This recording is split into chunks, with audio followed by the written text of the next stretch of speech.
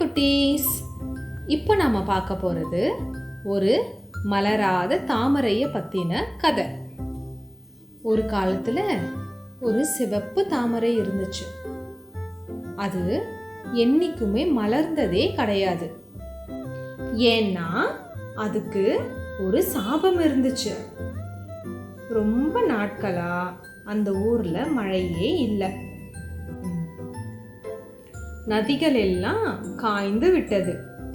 பசுமையான சோலைகளும் காய்ந்து விட்டன.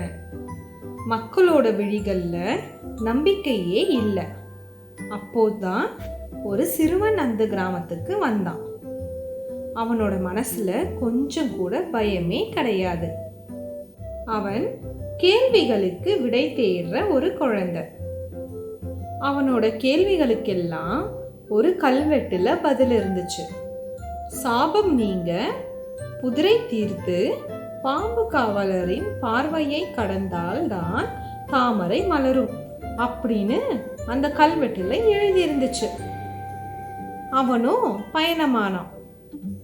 மலையோட அடிவாரத்துல இருந்து துவங்கி பழைய குளக்கரை வரைக்கும் நடந்தான். முழுக்க நிழல்கள் பேசும் காடு, விரைப்பான காற்றின் பாதைகள், இது எல்லாத்தையும் கடந்து போனான். பழைய ஒரு கோவிலின் இடிபாடுகளுக்கு நடுவுல அவன் ஒரு பாம்பை பார்த்தான். அந்த பாம்பு பொன் நிறத்துல ஜொலிச்சுது. அதோட விழிகள் நெருப்பு போல இருந்துச்சு.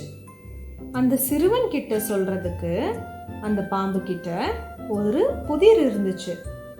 அந்த புதிர்ல நன்மையும் தீமையும் கலந்து இருந்தது. சிறுவன் எளிய வார்த்தைகளால உண்மையை சொன்னான். அவனது எண்ணத்துல தன்னலமே கிடையாது. அவன் நெஞ்சத்துல அக்கறை இருந்துச்சு. ஊர் மக்களை பத்தி சிந்திச்சான். அந்த நேரத்துல அந்த தாமரை மீது ஒரு மழை துளி விழுந்தது. பசுமை அந்த கிராமத்துக்கு மீண்டும் வந்தது. மழை துளிகள் ஆடின. மழை மேலாக அந்த சிவப்பு தாமரை பல ஆண்டுகளுக்கு பிறகு மலர்ந்துச்சு.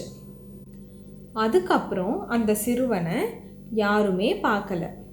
ஆனா அந்த தாமரையில இருக்கிற வண்டுகள் மட்டும் அவனோட குரலை கேட்டுக்கிட்டே இருந்துச்சு. ஒரு சின்ன மனசுல இருக்கிற தைரியம் ஒரு சாபத்தையே மாத்தும்னு ஊர் மக்கள் புரிஞ்சுக்கிட்டாங்க. சத்தியமும் பரிவும் சேரும்போது பூவும் வானமும் மலரும். இந்த கதை உங்களுக்கு பிடிச்சிருந்ததுன்னா லைக் பண்ணுங்க, ஷேர் பண்ணுங்க, சப்ஸ்கிரைப் பண்ணுங்க. அப்போதான் நான் போடுற அடுத்தடுத்த வீடியோ உங்களை வந்து சேரும்.